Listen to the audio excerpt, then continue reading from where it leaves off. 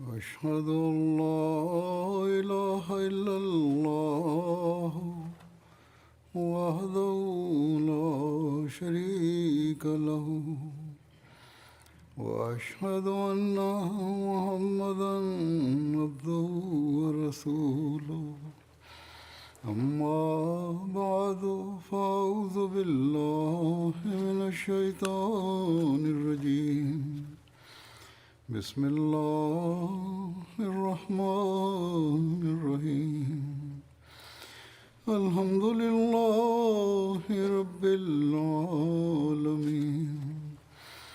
الرحمن الرحيم مالك يوم الدين إياك نعبد وإياك نستعين اهدنا الصراط المستقيم صراط الذين أنعمت عليهم غير المغضوب عليهم ولا الضالين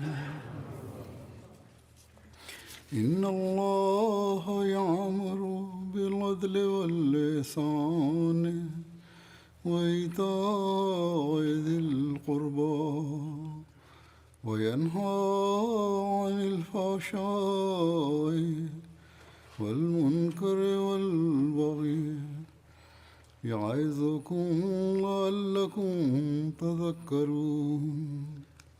Hazrat Amirul Muminin Mwenyezi Mungu amsaidie sana anasema, kwa hakika Allah anaamuru uadilifu na hisani na kuwapa watu kama uwapavyo ndugu, na anakataza upujufu na uovu na uasi. Anawanasihini ili mpate kufahamu. Aya hiyo inasomwa katika hutuba ya pili ya kila Ijumaa na pia kwenye hutuba ya pili ya Idi. Humo yametajwa baadhi ya mema ambayo Mwenyezi Mungu anatoa amri ya kuyafanya, na maovu yametajwa ambayo Mwenyezi Mungu ametoa amri ya kuepukana nayo. Na hii ndiyo alama ya muumini mkweli, ya kwamba kwa ajili ya kuimarisha imani yake yeye afuate nasaha na amri za Allah, wa ila hapati daraja ile ambayo inamfanya muislamu mmoja kuwa muumini mkweli. Katika aya hii mema yaliyotajwa, yani uadilifu, hisani na kuwapa watu kama uwapavyo ndugu. Kuhusiana na hayo nitaeleza maandiko ya Hatmasihi Maud alayhi salam aliyoandika katika vitabu vyake mbalimbali na yale aliyoyaeleza katika majlis mbalimbali. Kila kauli, kila neno, japokuwa inazunguka mada moja, lakini ni nasaha za aina aina ambazo zinatuelekeza kupitisha maisha yetu sawa na amri za Allah. Hatmasihi Maud alayhi salam hakueleza mema hizi katika kueleza uhusiano na binadamu tu, bali pia ameeleza ya kwamba kivipi tunaweza kujenga uhusiano na Allah subhanahu wa ta'ala katika masuala ya uadilifu, hisani na kuwapa kama uwapavyo ndugu. Yeye ameeleza maelezo yake kwa kutumia maarifa ambayo yanatuwezesha kweli kweli kupata maarifa ya Allah, ambayo yanampeleka muumini mmoja kwenye hatua mpya za imani na yakini. Kwa vyovyote vile, saa hizi nitaweka mbele yenu baadhi ya nukuu na maandiko. Mtu akitafakari juu yake na kufanya juhudi ya kuzifanya kuwa sehemu ya maisha yake, hapo tunapata mfumo mzima wa maisha ambao kwa hakika unatuunganisha na Allah na pia unatuelekeza kutimiza haki za wengine, na hivyo unasimamisha jamii nzuri ambayo ni jamii yenye kutimiza haki za allah na haki za binadamu. Na hiki ni kitu kilicho dhamana ya amani ya jamii na pia ni dhamana ya amani ya dunia. Lakini ni jambo la kusikitika ya kwamba uwingi wa dunia umezoea kunyang'anya haki za wengine, iwe dunia ya kiislam au isiyo ya kiislam. Waislamu kutaja wanataja jina la allah, lakini kwa kutumia jina la mwenyezi mungu wamezidi katika zulma na ufisadi. Katika hali hiyo ni wajibu wa wale wanaomkubali hatmasihi maud alahi salatu wassalam, na ni jukumu lao ya kwamba wakizingatia amri za allah wajirekebishe na pia wafanye juhudi ya kuirekebisha dunia. sayidina ahmad alahsatu wassalam anasema kwamba hii ni amri ya allah kwenu ya kwamba nini mumfanyie yeye na viumbe wake uadilifu, yani mutimize haki za allah na haki za waja wake, na mkiweza kufanya zaidi yake basi pamoja na kufanya uadilifu pia mufanye hisani, yani zaidi ya wajibu, na mufanye ibada ya allah kwa ikhilasi kana kwamba nyini mnamuona. kwanza ametuambia kuhusu haki za watu na kisha akasema kwamba mufanye ibada ya allah kwa njia fulani kana kwamba nyini mnamuona allah, na muwatende watu kwa huruma zaidi ya haki zao, na mkiweza kufanya zaidi basi mufanye ibada ya allah na kuwatumikia viumbe wake bila kuwa na maslahi zenu binafsi.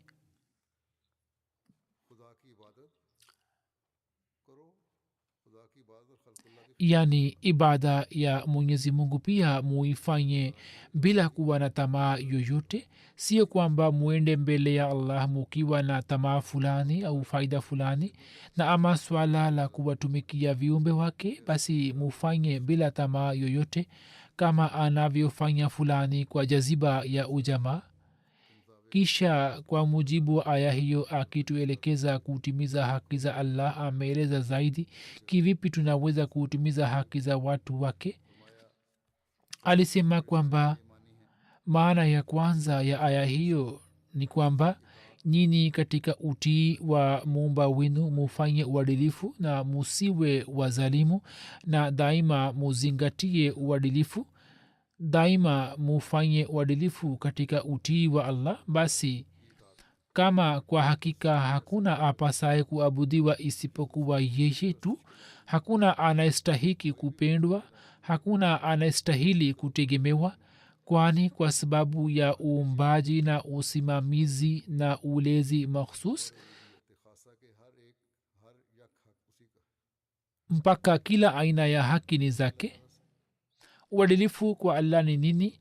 ni kuweka uhusiano wa utii na allah. na sababu yake ni nini? sababu yake ni kwamba yeye ni muumba wetu, yeye ni msimamizi na mwenye kusimamisha ulezi mkononi mwake, yeye ni mola mwenye kutulea na ni mwenye kutimiza kila aina ya haja yetu. hivyo haki hiyo ni ya kwake, ya kwamba tumtegemee yeye na tumpende yeye.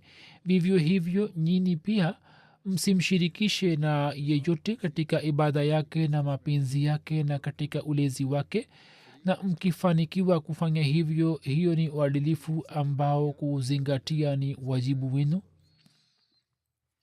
huo ni uadilifu katika swala la allah na kuufanya ni muhimu. kisha mkitaka kupiga hatua juu yake basi ni daraja ya ihsani ambayo ni ya kwamba nini mukiri utukufu wake na katika ibada zenu mushike heshima mbele yake na mujitume katika mapenzi yake kana kwamba mmeona utukufu na jalali na uzuri wake.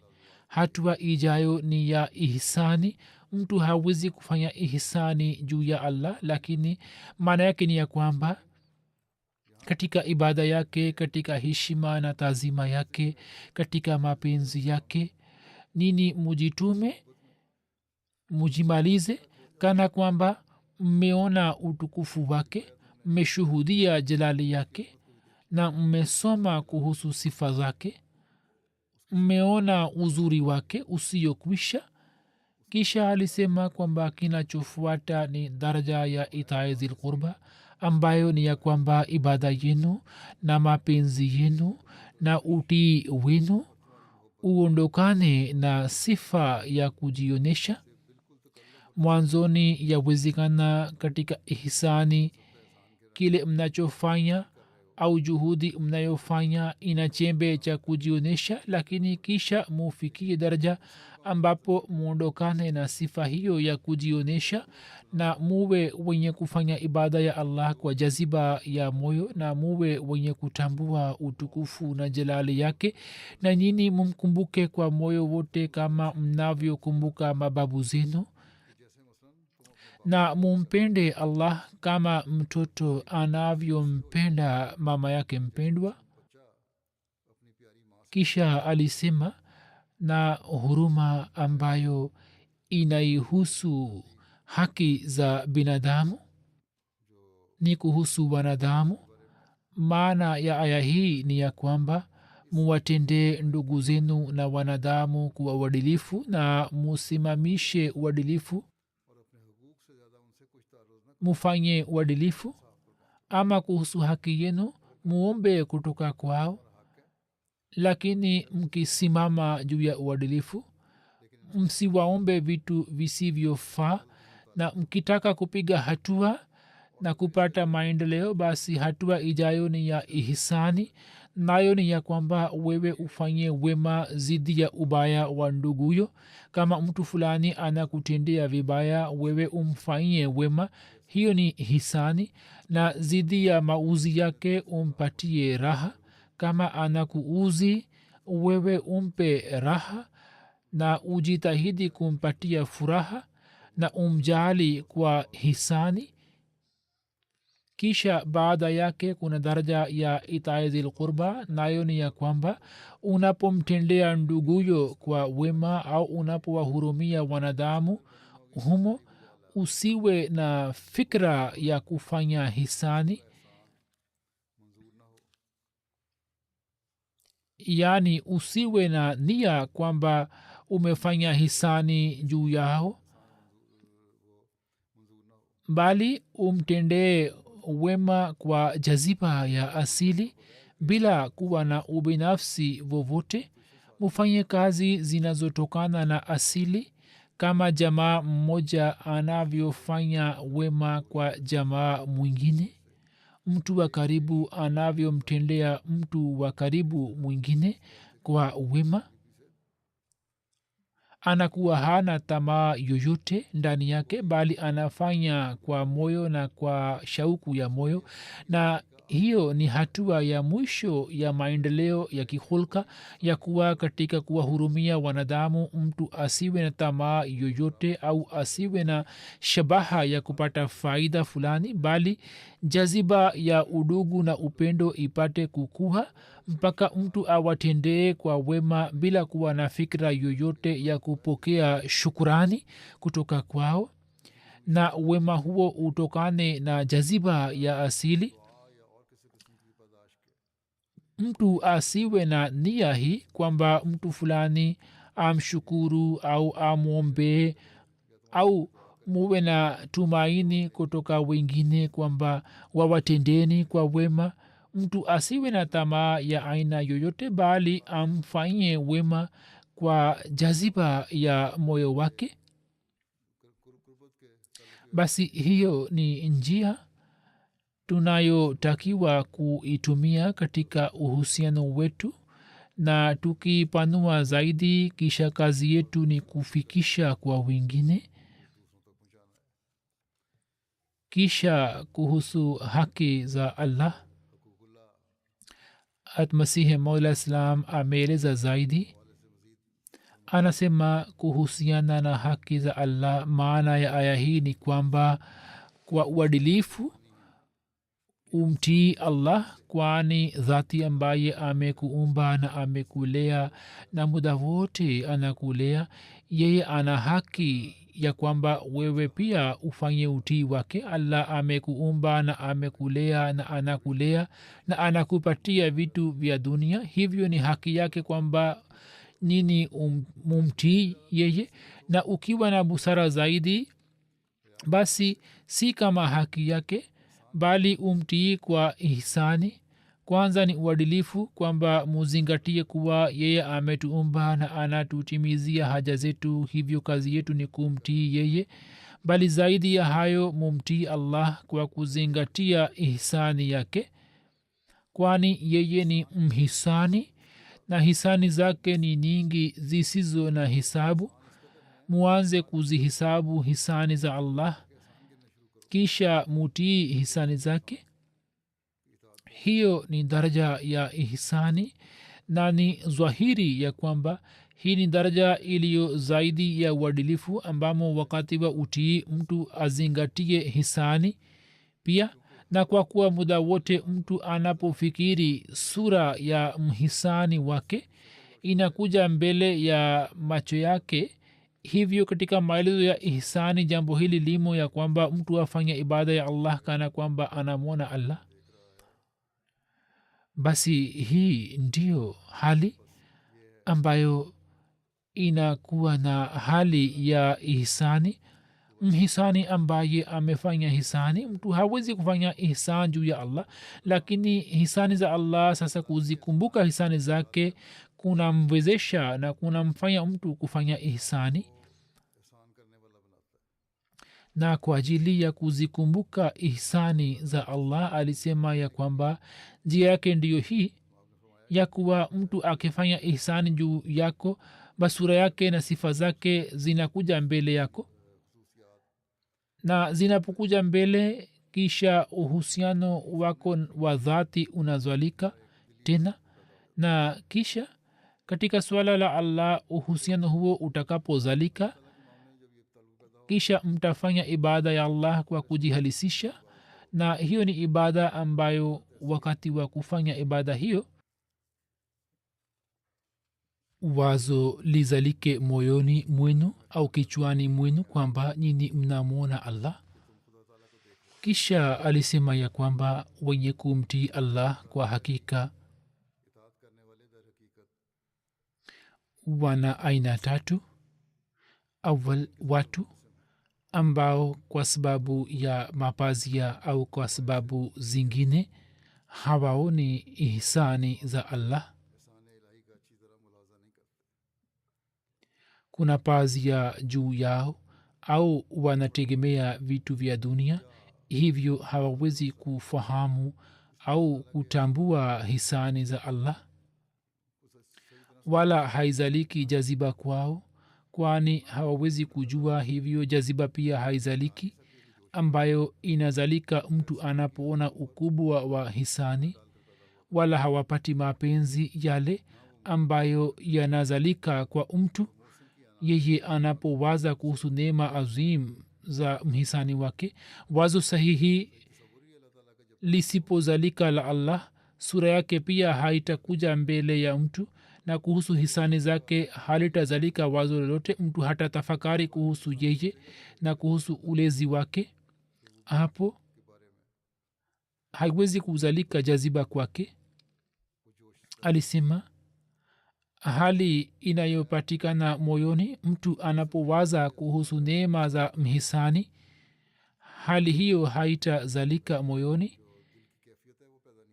yaani kwa kufikiri kuhusu neema za mhisani, hisia zinazoweza kuzalika moyoni, bali kwa jicho la juujuu wanakubali haki za uumbaji wa mwenyezi mungu. watu wa namna hiyo kwa ujumla wanakubali uumbaji wa allah.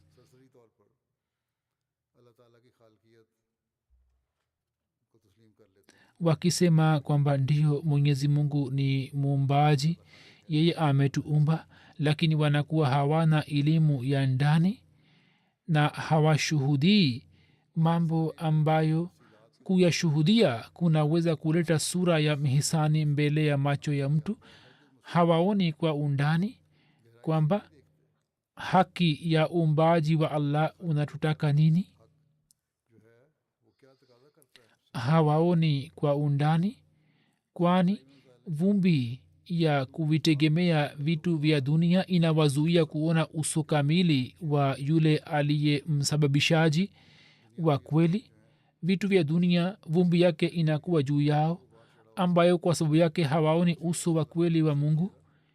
Hivyo wanakosa jicho safi ambalo kwa kutumia kwalo wanaweza kushuhudia kikamilifu uzuri wa kweli wa allah anayewapa kila kitu. Waweze kutupa jicho juu ya uzuri wake na waweze kumwona. Jicho hilo wanalikosa. maarifa yao yenye mapungufu inakuwa imechanganywa na vitu vya kidunia. maarifa walionayo kuhusu allah na elimu ndogo walionayo, ambayo kwa sababu yake mara wamesali na saa nyingine hawakuswali, mara wametimiza haki na mara hawakutimiza.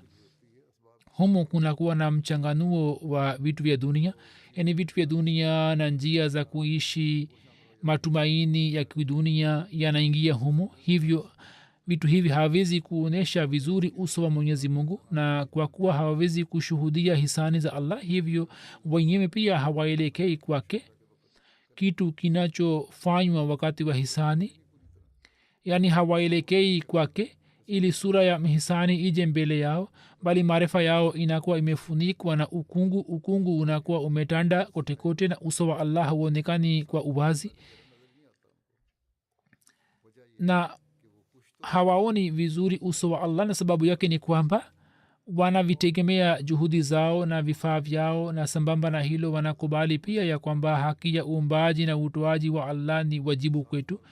wanashindwa kujua kuhusu uhakika. kwa kiasi fulani wanategemea kazi na elimu zao, na wanazani kwamba kwa sababu ya elimu yetu mambo yote yamefanikiwa. na pamoja na hayo wanakuwa na athari fulani ya kidini kwa sababu ya kuishi katika mazingira ya kidini. hivyo wanajua kwamba haki ya uumbaji wa allah, kwamba allah ametuumba na allah ametujaalia riziki na ametuendalia vitu mbalimbali vya malezi. fikira hiyo inakuwa kichwani mwao, na hali hii inakuwa na mchanganuo, na katika hali hiyo wao kwa kweli hawezi kuona uso wa allah. na kwa kuwa mwenyezi mungu hamkalifishi mtu zaidi ya upana wa ufahamu wake, hivyo maadamu wamo katika hali hiyo anawataka wamshukuru kwa haki zake. na aya inna allaha yamuru biladli, maana ya adili ni utii huo huo, na hapo sifa ya allah yani rehmaniyat inafanya kazi yake. watu wasiweza kuona vizuri uso wa allah, hata wao pia allah anawafanyia rehma na anakubali hali yao hiyo.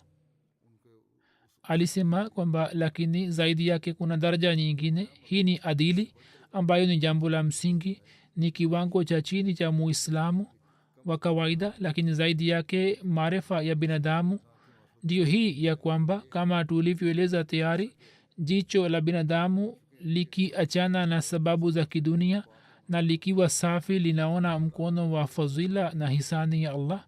mtu hategemei sababu za kidunia tu, bali anamtegemea allah na anapiga hatua kwenda mbele, na hapo anamtegemea allah kikamilifu na anapata maarifa yake. na juu ya daraja hiyo binadamu anatoka nje ya mapazi ya sababu za dunia, yani havitegemei vitu vya dunia bali anamtegemea allah. na msemo huo, kwa mfano, kwa sababu ya umwagiliaji wangu kilimo kimekuwa kizuri na nimefanikiwa kwa nguvu ya mkono wangu, au kwa sababu ya zaid nilipata kitu fulani, au kwa sababu ya msaada wa bakar nilisalimika na angamio fulani. hayo yote anayaona kuwa batili. anakuwa hategemei ubora wake au juhudi yake yoyote wala juu ya msaada wa mwingine, na ubora wake vitu vyote vinakosa umuhimu na anaona dhati mmoja na kudra moja na mhisani mmoja na mkono mmoja tu, ndipo mtu kwa jicho la wazi, jicho safi ambalo halina hata chembe cha vumbi ya ushirikina, anashuhudia hisani za Allah. Na mwenyezi mungu akianza kuonekana hivi, kisha mtu anaona hisani za Allah na kuona kwake kunakuwa safi na wazi kiasi kwamba yeye wakati wa kufanya ibada ya mhisani huyo haoni kuwa yeye ni ghaibu, bali kwa yakini akifikiri kuwa ni haziri anafanya ibada yake. kisha mtu anapofanya ibada na anaposwali anafahamu kuwa mungu ni mbele yake, na ibada hiyo imetajwa ndani ya Qur'an tukufu kwa jina la ihsani. anasujudu mbele ya Allah kana kwamba mungu yu mbele yake. anasema kwamba Qur'an tukufu inaitaja kama ihsani katika swala la mungu, na katika sahih bukhari na muslim hata mtume sallallahu alaihi wasallam mwenyewe ameeleza maana hiyo hiyo ya ihsani. kisha jambo halijakwisha hapa, bali mbele anasema ya kwamba baada yake kuna daraja nyingine ambayo ni itai zil qurba, na maelezo yake ni ya kwamba mtu akiendelea kuona hisani za Allah kwa muda mrefu, hisani za Allah akiendelea kuzishuhudia bila sababu yoyote ya dunia, na awe anamtegemea Allah tu, na akielewa kuwa ni haziri na mhisani, aendelee kufanya ibada yake, matokeo yake ya mwisho yatakuwa hivi ya kwamba mapenzi ya dhati yatadhalika kuhusu mungu moyoni mwake. kisha mtu atapata mapenzi ya dhati ya Allah na atakuwa hana shabaha nyingine. kuomba kwake kitu fulani hakutakuwa na shabaha hii kwamba yeye anahitaji, bali atapata mapenzi ya dhati ya Allah, kwani kushuhudia kwake kwa hisani za kudumu kunaleta athari katika moyo wa yule anayefanyiwa hisani, mpaka moyo wake unajaa na mapenzi ya mhisani ambaye amefanya hisani juu yake. sasa kuona hisani za Allah na kuhisi jinsi Allah anavyofanya hisani na kuelewa na kupata maarifa, hayo yote yanazalisha mapenzi ya Allah moyoni mwake, kwani hii ni usuli. mtu akiwa na uhusiano wa namna hiyo, moyo wake unajaa na mapenzi ya dhati ya yule ambaye hisani zake zimemzunguka. basi katika hali hiyo yeye hafanyi ibada yake kwa kuwaza kuhusu hisani zake, bali mapenzi yake yanapenya moyoni mwake. kwanza kwa ajili ya kuomba anafanya ibada, kisha akifahamu kuwa Allah ndiye kila kitu anafanya ibada yake, na hiyo ni ihsani. kisha anapiga hatua mbele ambapo hafanyi ibada ili amwombe kitu fulani, bali anamkumbuka Allah kwa sababu ya mapenzi yake. mapenzi ya Allah aliyo nayo yanamfanya kumwabudu Allah na kumkumbuka Allah kama mtoto anavyokuwa na mapenzi ya dhati kwa mama yake. basi juu ya daraja hiyo yeye wakati wa kufanya ibada pamoja na kumwona Allah anapata lazza vile vile, na tamaa zote za nafsi zinakwisha, na anapata mapenzi ya dhati ya Allah. na hiyo ni daraja ambayo Allah ameitaja kwa neno la itai zil qurba, na kuhusu daraja hiyo hiyo imefanywa ishara katika aya ifuatayo: fazkurullaha ka zikrikum abaakum au ashadda zikra, basi mumkumbuke Allah kama mnavyokumbuka mababu zenu, bali mumkumbuke zaidi yake. basi hiyo ni daraja ambayo ni daraja ya kupata mapenzi halisi ya Allah. kisha anasema ilmuradi aya inna allaha yamuru biladli wal ihsani wa itai zil qurba, maelezo yake ndiyo haya ya kwamba humo mwenyezi mungu ameeleza daraja tatu za maarifa ya binadamu, na daraja ya tatu ameitaja kama daraja ya mapenzi ya dhati, ambayo ni daraja ambapo tamaa zote za nafsi zinaungua na moyo unajaa na mapenzi kama chupa fulani kinavyokuwa kimejaa na uturi. na akieleza daraja hiyo hiyo anasema ya kwamba wa minan nasi man yashri nafsahu man yashri nafsahu ibtighaa marzatillahi wallahu raufun bilibad. yani wapo baadhi miongoni mwa waumini ambao wanauza nafsi zao kwa kutaka radhi ya allah na allah ni mpole kwa watumishi. na kisha alisema bala man aslama wajhahu lillahi wahuwa muhsinun falahu ajruhu inda rabbihi wala khaufun alaihim wala hum yahzanun. yani watu hawa ni wenye kuokoka ambao wajitupe kwa allah na kwa fikra za neema zake wafanye ibada yake kana kwamba wanamuona. hivyo watu wa namna hiyo wanapata malipo yao kwa allah na hawana hofu yoyote wala hawahuzuniki. yani shabaha yao inakuwa ni mungu pekee na mapenzi yake, na neema za allah zinakuwa malipo yao. neema za allah zinakuwa malipo yao. kisha katika sehemu nyingine alisema yutimuna taama ala hubbihi miskinan wa yatiman wa asira innama nutimukum liwajhi llahi la nuridu minkum jazaan wala shukura. yani waumini ni wale ambao huwalisha chakula maskini na yatima na mfungwa kwa mapenzi ya allah na husema tunawalisheni kwa ajili ya radhi ya allah tu na hatutaki kwenu malipo wala shukurani. kwa kufanya huduma hizi zote shabaha yetu ni kupata radhi ya allah tu na tunatamani kwamba allah aturizie na tumwone allah zaidi. sasa tutafakari ya kwamba aya hizi jinsi zinavyotuambia wazi ya kwamba darja ambayo kurani tukufu imeitaja kama darja ya juu ya ibada na matendo mema ndiyo hii ya kwamba mapenzi ya allah yapatikane na kwa ajili ya kupata mapenzi ya allah kama ilivyotajwa katika aya hizi kuna haja ya kujenga uhusiano na huruma ya dhati kwa viumbe wake. na mumini mmoja ambaye anampenda allah ndiye awezaye kutimiza haki zao kwa njia sahihi. kisha anasema mungu anataka nini kutoka kwenu. katika safina ya nuhu alisema akifanya nasaha kwamba nini muwatendee wanadamu wote kwa uadilifu na zaidi ya hayo mufanye ihsani kwa wale wasio kufanyeni ihsani na zaidi ya hayo mufanye huruma kwa viumbe wa allah kana kwamba nyini ni jamaa zao wa kweli kama mama wanavyowafanyia huruma watoto wao. kwani katika ihsani kimo chembe kilichofichwa cha kujipendeza na baadhi ya nyakati mtenda ihsani anazuhirisha ihsani yake kwa kujipendeza.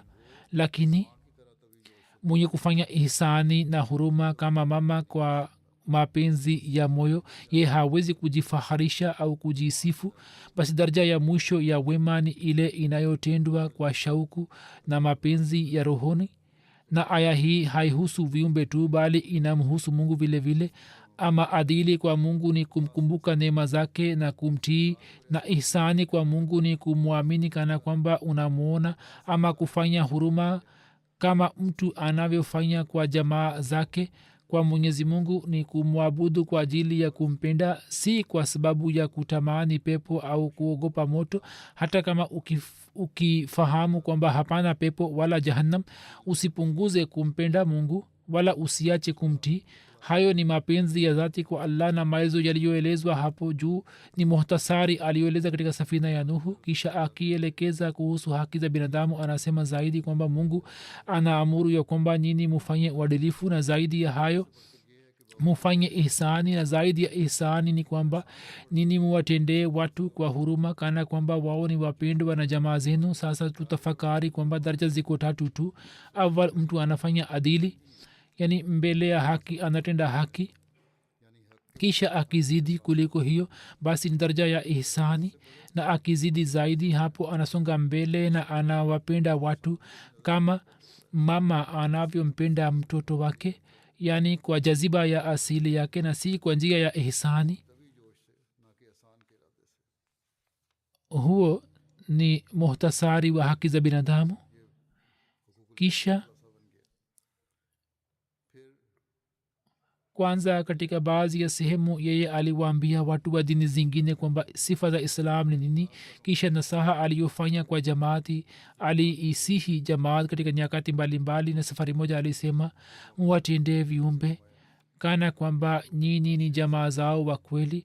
daraja hiyo ni juu kuliko zote, kwani katika ihsani kunakuwa na chembe fulani cha kujionyesha, na mwingine akiwa na tabia ya kusahau ihsani. mtenda ihsani anatamka mara moja kwamba mimi nilikufanya ihsani fulani, lakini mapenzi ya dhati ambayo mama anakuwa na mtoto wake, humu hakuna sifa hiyo ya kujionyesha.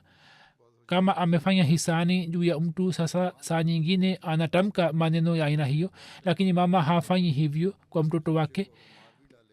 mfalme mmoja akimwamuru kuwa hata kama ukimua mtoto huyo hutaazibiwa, ye hatakuwa tayari kusikia maneno yake, bali atamtukana mfalme huyo, ilhali anajua kwamba mtoto atakapokuwa mkubwa nitakuwa nimeshakufa.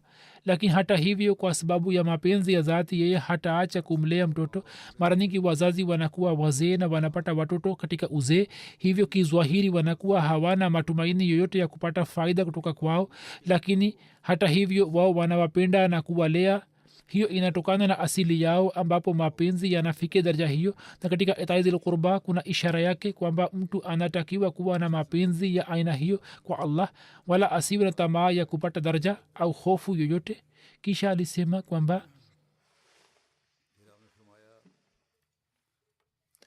daraja ya chini ya adili ni kwamba kile mnachopokea mukitoe kwa usawa wake, na hicho ni kiwango cha chini cha uadilifu. na mtu akipiga hatua mbele, basi daraja ya ihsani, yani alichopokea akitoe bali atoe zaidi yake, hiyo ni ihsani. yani kile alichopata amrudishie, bali ampatie zaidi yake. kisha kinachofuata ni daraja ya itaizil qurba, yani awatendee wengine kwa wema kama mama anavyowapenda watoto wake bila nia ya kupata faida yoyote kutoka kwao. kurani tukufu inatuambia kwamba watu wa mungu wakipata maendeleo wanaweza kupata mapenzi haya. mkitaka mnaweza kupata mapenzi haya kutoka kwa allah. binadamu anao uwezo wake. kwa fadhili ya allah mambo hayo yanaweza kupatikana, bali hiyo ni sehemu katika hulka. alisema mimi nakubali ya kwamba watu wa mungu wanapata maendeleo kiasi kwamba wanawapenda wanadamu zaidi ya mama. kisha hazur anasema ya kwamba hali ya uadilifu ndiyo hii ambayo mcha mungu anakuwa nayo katika hali ya nafsi amara, na kwa ajili ya kurekebisha hali hiyo kuna amri ya uadilifu, yani kutoka nje ya maovu na mawazo. hiyo pia ni hali ya uadilifu. humo mtu analazimika kuipinga nafsi yake.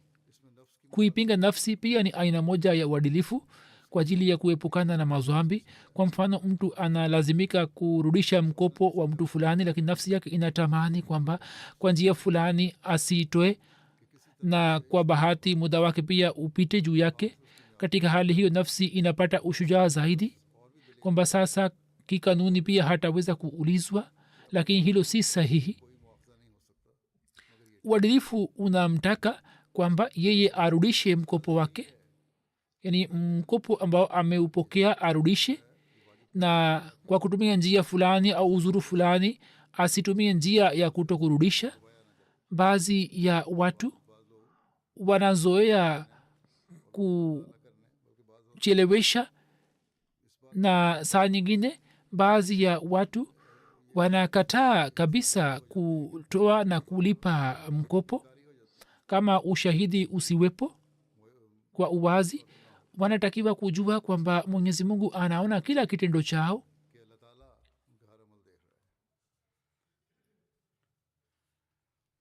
na khalifa mtukufu anasema kwamba hapo mimi nataka kusema kwamba ubishi wa mambo hayo unaanza pale ambapo baadhi ya watu wanaanza kuwaamini wengine zaidi, ilhali hii ni amri ya allah kwamba pale mnapofanya mambo ya namna hiyo muindike sio maana kwamba huyu ni jamaa yangu ni rafiki yangu hivyo mimi sikuendika. Huo ni msingi wa ubishi, na kwa msingi huo nafsi amara inamchochea binadamu kufanya matendo mabaya. Hii ni kazi ya mumini kwamba aipukane nayo na afanye uadilifu. Alisema kwamba nalazimika kusema kwa masikitiko kwamba baadhi ya watu hawajali mambo hayo na wanapatikana katika jamaati yetu ambao hawafanyi juhudi ya kurudisha mikopo. Hiyo ni kinyume cha uadilifu.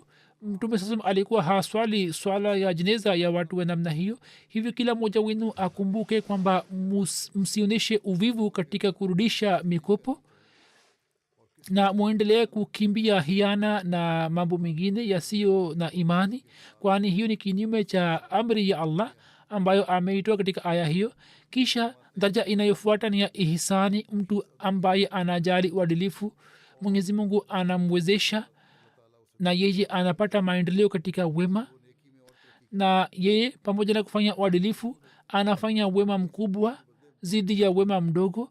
Lakini katika ihsani anakuwa na mapungufu fulani ambayo ni kwamba saa nyingine anamwambia mtu kwamba nimekutendea wema. Kwa mfano, mtu mmoja anamlisha mtu kwa miaka 10 na huyu kama hakukubali jambo lake anamwambia kwamba wewe ni mtumwa wetu tangu miaka 10. Hivyo wema wake unakosa athari. Anayefanya hisani anakuwa na chembe fulani cha kujionesha, kujipendeza, lakini daraja ya 3 imetakasika na kila aina ya uchafu ambayo ni itaizil qurba. Alisema kwamba daraja ya itaizil qurba ni daraja ya kiasili, daraja ambapo mtu anatenda matendo sawa na asili yake, na mfano wake ndio huu. Kama vile mama anamnyonyesha mtoto wake na anamlea na hapati wazo kwamba mtoto huyo atakuwa mkubwa na atachuma hela na atamtumikia, mpaka mfalme akimwamuru kwamba usipomnyonyesha mtoto wako na yeye akifa, wewe hutaulizwa, hutapewa adhabu yote. Yeye hawezi kuacha kumnyonyesha mtoto wake, bali atamtukana mfalme wa aina hiyo, kwani kufanya ulezi kunatokana na asili yake. Vivyo hivyo mtu anapopata maendeleo katika mema na anafikia daraja hiyo, basi mema yanatokea kutoka kwake kana kwamba ni sehemu ya asili yake, na hii ndiyo hali ambayo inaitwa mutmainna. Kisha alisema kwamba mama anavumilia mateso yote, lakini anafanya juhudi ya kumpatia mtoto raha. Analala juu ya sehemu iliyolowa na anampatia mtoto sehemu iliyokavu ya kitanda. Mtoto akiugua anaamka usiku na anavumilia mateso ya aina aina. Sasa niambieni, hayo yote anayofanya mama kwa mtoto wake, je, ndani yake kuna chembe cha kujionesha? Hayo yote yanatokana na mapenzi halisi, na hayo ndiyo mumini anatakiwa kuwa nayo katika kutimiza hakula na hakula ibad. Alisema, Mungu anasema kwamba musonge mbele kuliko daraja ya ihsan na mupate maendeleo hadi daraja ya itaizil qurba, na muwatendee viumbe wa Allah bila kuwa na nia ya kupata faida yoyote, na muwatendee watu wa Mungu wema, na musiwe na chembe cha kujionesha na kujipendeza. Katika sehemu nyingine Mwenyezi Mungu alisema kwamba la nuridu minkum jazaa wala shukura, yani watu wa Mungu na wenye kufikia daraja za juu wana kanuni hii kwamba wema wake unakuwa kwa ajili ya Allah tu, na moyoni mwake wazo halizaliki kwamba yeye aombewe au mtu fulani amshukuru yeye. Anafanya mema kwa shauku ya moyo ambayo imewekwa moyoni mwake kwa ajili ya huruma ya wanadamu. Mapenzi hayo matakatifu hatujawahi kuona katika Taurati wala katika Injili. Tumesoma kila kurasa, lakini hatukuona hata nishani na alama ya mapenzi hayo matakatifu. Kisha anasema kwamba hii ni amri ya Allah ya kwamba mutende wema mkifanyiwa wema, na kama kuna mahali pafapo pa kutenda hisani basi fanyeni hisani, na kama ipo nafasi ya kufanya zaidi ya hisani na kutenda wanavyotendewa jamaa wa karibu basi fanyeni hivyo. Na Mungu hukataza kupita mipaka au kufanya pasipofaa au kutokuifanya mahali panapofaa kuifanya, au kuipunguza hulka ya kutendea, kama kuwatendea ndugu au kuizidisha kuliko kiasi cha kufaa, kuonyesha huruma nyingi mno isiyo stahili. Yani ihsani isifanywe bila haja yake, na pale ambapo kuna haja ya kufanya ihsani, sasa kukataa kufanya ihsani hiyo pia si sahihi. Kwa vitu vile lazima mtu aangali jambo hili kwamba akili inataka nini na faida inapatikana kwenye jambo gani, na katika hulka ya itaizul kurba mufanye mapungufu au murehemu zaidi. Katika aya hiyo kuna daraja 3 za kutenda wema. Pale ambapo kuna amri ya kufanya mema, pia kuna nasaha ya kuzingatia shabaha yake haswa, na amri yenyewe ni ya kwamba mema yenu yote yawe kwa ajili ya kuleta faida katika jamii na yasije yakawa sababu ya kuleta uharibifu kwenye jamii. Mama japokuwa anampenda mtoto wake, lakini mtoto akiomba moto mama hampati moto. Hivyo shabaha haswa ni kuwatakia wema na mtu anatakiwa kutenda mema hayo. Hazur anasema kwamba daraja ya kwanza ni kwamba mtu atende wema zidi ya wema. Hiyo ni daraja ya chini, daraja dogo. Hata mtu mwema wa kawaida anaweza kujipatia hulka hiyo kwa kuwafanyia wema wale wanamfanyia wema. Jambo hili ni la msingi na si wema wa hali ya juu, bali ni alama ya wema wake. daraja ya pili ni ngumu kidogo kuliko hilo. La kwanza nalo ni kufanya wema bila wewe kufanyiwa wema kwanza, na kuwanufaisha wengine kwa njia ya hisani bila ya wao kwanza kukufanyia wema. Hiyo ni hulka ya daraja la wastani. Mara nyingi watu wanafanya ihsani juu ya watu maskini, na humo kuna aibu iliyofichwa kwamba mtenda ihsani anafikiri kwamba ye amefanya ihsani na anapenda kushukuriwa au kuombewa dua.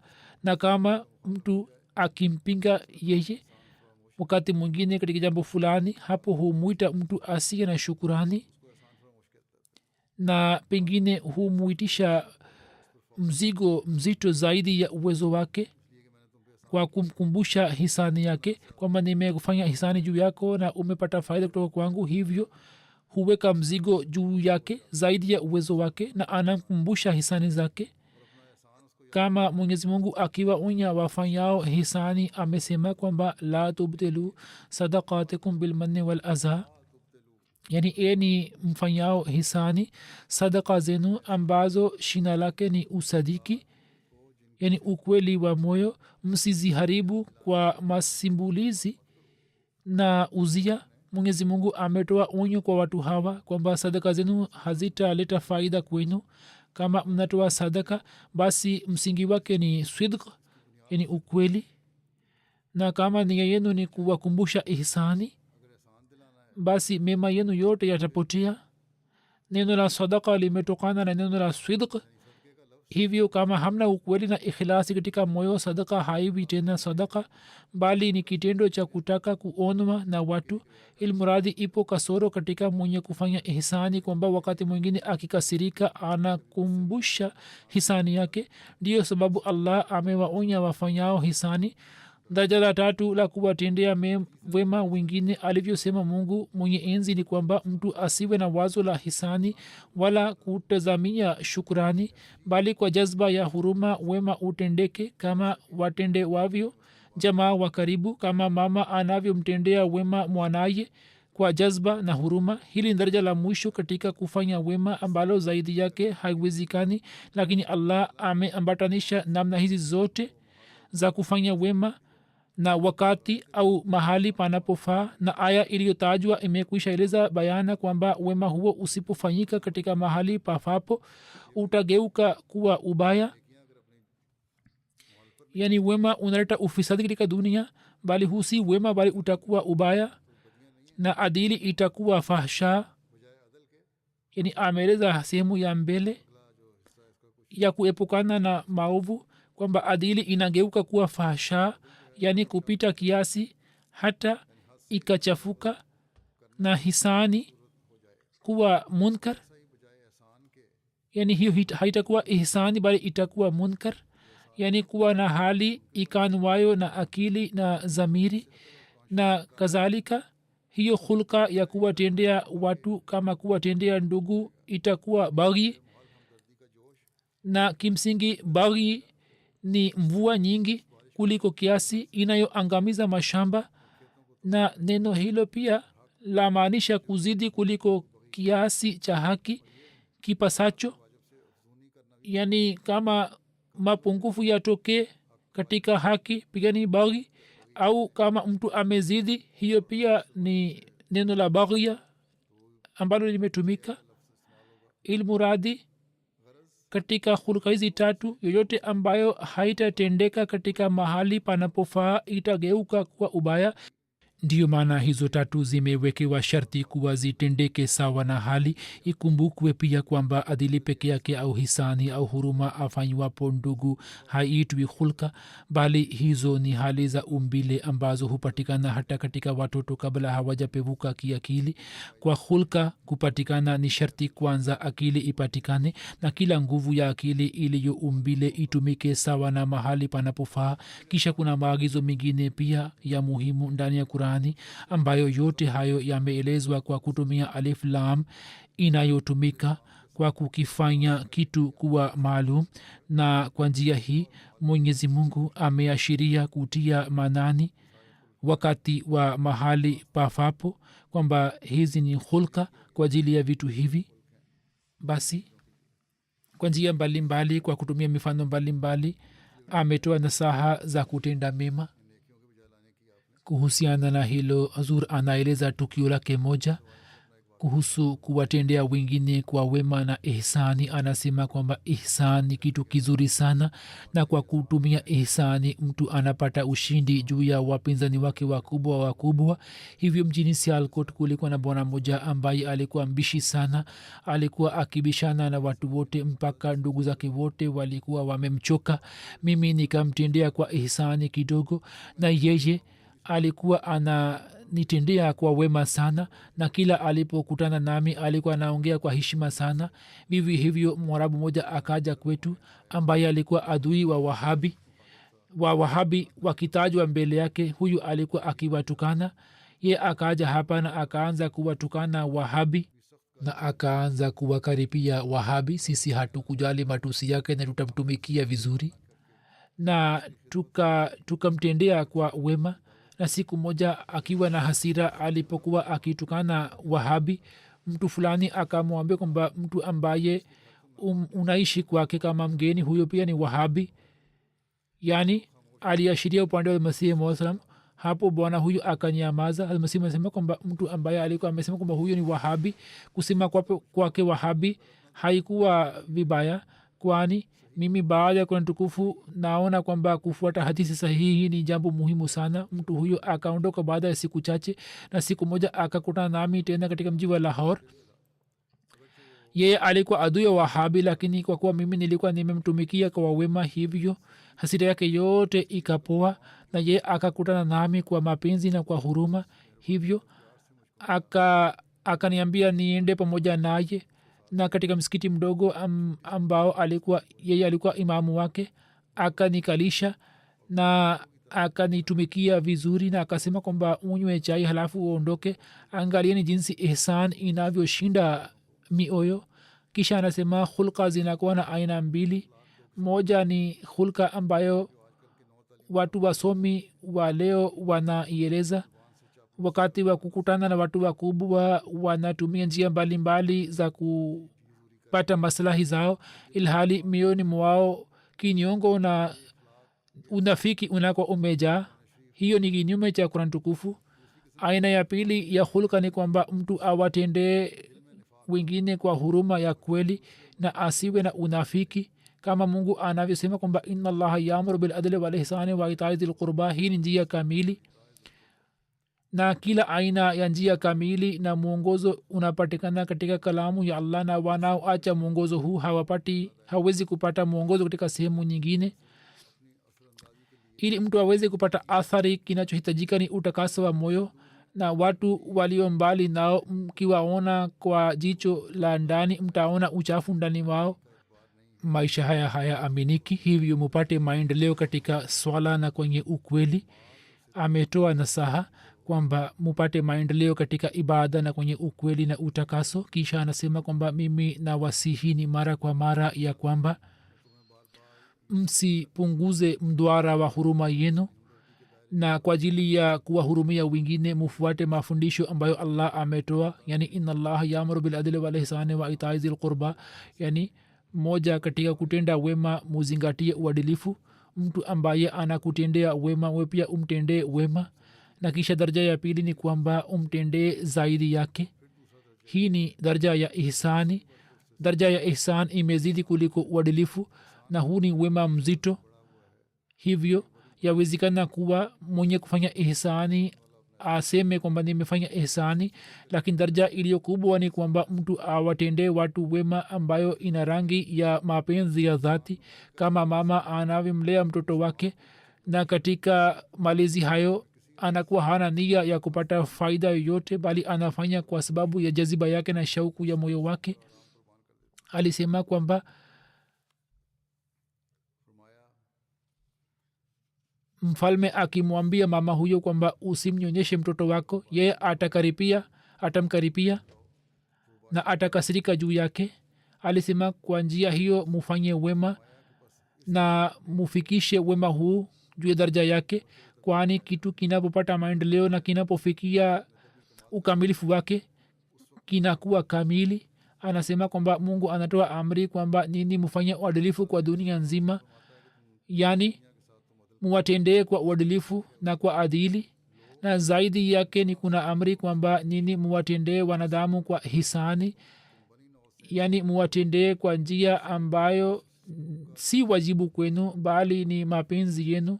Lakini kwa kuwa katika ihsani kuna aibu iliyofichwa kwamba mtenda ihsani akikasirika anamkumbusha mwingine kuhusu hisani yake, hivyo mwishowe amesema kwamba wema kamili ni kwamba nini muwatendee wanadamu kwa wema kama mama anavyomtendea mtoto wake, kwani wema huo unatokana na asili yake na si kwa ajili ya faida yake au maslahi zake. Anakuwa hana nia moyoni kwamba mtoto huyo kwa sababu ya wema huo atanipatia chochote. hivyo wema ambao unaofanywa kwa wanadamu, daraja ya tatu ni daraja kamili ambayo imetajwa kwa jina la itai zil qurba.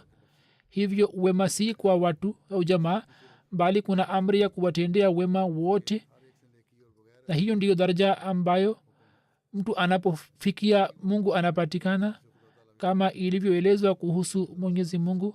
hatmasihe maula salam kwenye vitabu vyake na katika vikao mbalimbali ameeleza sana na ametoa msisitizo mkubwa, na amesema kwamba hii ni sifa moja katika sifa za islam ambayo haipatikani katika mafundisho ya dini zingine. basi ni kazi yetu ya kwamba kwa ajili ya kufikia kiwango cha kujenga uhusiano na allah na kwa ajili ya kutimiza haki za watu wake tujitahidi kufuata maagizo hayo. mwenyezi mungu atujalie kupitisha maisha yetu sawa na mwongozo huo, na tuweze kufikia viwango vya juu vya ibada zetu, tuweze kutimiza haki za watu, haswa tuweze kusimamisha uhusiano wa mapenzi na upendo mpaka tuwe mfano kwa ajili ya dunia. mwenyezi mungu atujalie kufuata maagizo hayo na atusaidie ili tuweze kutimiza haki ya baiati. katika haki ya baiati hili ni sharti moja kwamba tuwahurumie wanadamu. kila ijumaa itusaidie kuzidi katika mema na kujirekebisha, waila hakutakuwa na tofauti kati yetu na kati ya wengine. mwenyezi mungu aoneshe tofauti iliyo wazi baina yetu na wengine, kama salam alivyosema katika sehemu moja kwa uchungu mkubwa. mwendelee kufanya dua kwa ajili ya hali za pakistan. kazi yetu ni kusambaza mema na tutaendelea kufanya kazi yetu. na watu wenye asili ya kishetani kazi yao ni kufanya zulma na wataendelea kufanya hivyo. sisi hatuna ushindani na mashetani hawa katika hali yao ya kishetani. sisi tunachotamani ni kwamba tuwe wenye kufuata amri za allah. hivyo daima mufanye dua kwamba mwenyezi mungu asalimishe imani zetu na imani zetu zisipate kutikisa. tujenge uhusiano na allah taala ambao ni uhusiano wa itai zilqurba. kisha sisi tutashuhudia manzari za fadhila za allah zaidi ya leo inshallah taala. na wale walio maadui katika jicho la allah na hawawezi kujirekebisha, mwenyezi mungu mwenyewe awaangamize. na inshallah hali hiyo itakapotokea na tutakapojenga uhusiano na allah, basi tutashuhudia manzari ya maangamio ya maadui vile vile.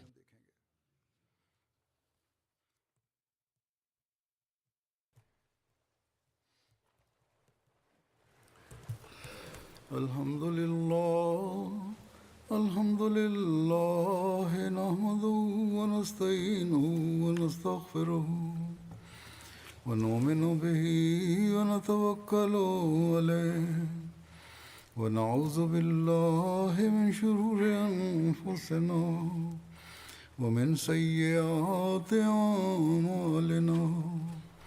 من يهده الله فلا مضل له ومن يضلل فلا هادي له. ونشهد أن لا إله إلا الله ونشهد أن محمدا عبده ورسوله. عباد الله رحمكم الله، إن الله يأمر بالعدل والإحسان وإيتاء ذي القربى وينهى عن الفحشاء والمنكر والبغي يعظكم لعلكم تذكرون. اذكروا الله يذكركم وادعوه يستجب لكم ولذكر الله أكبر.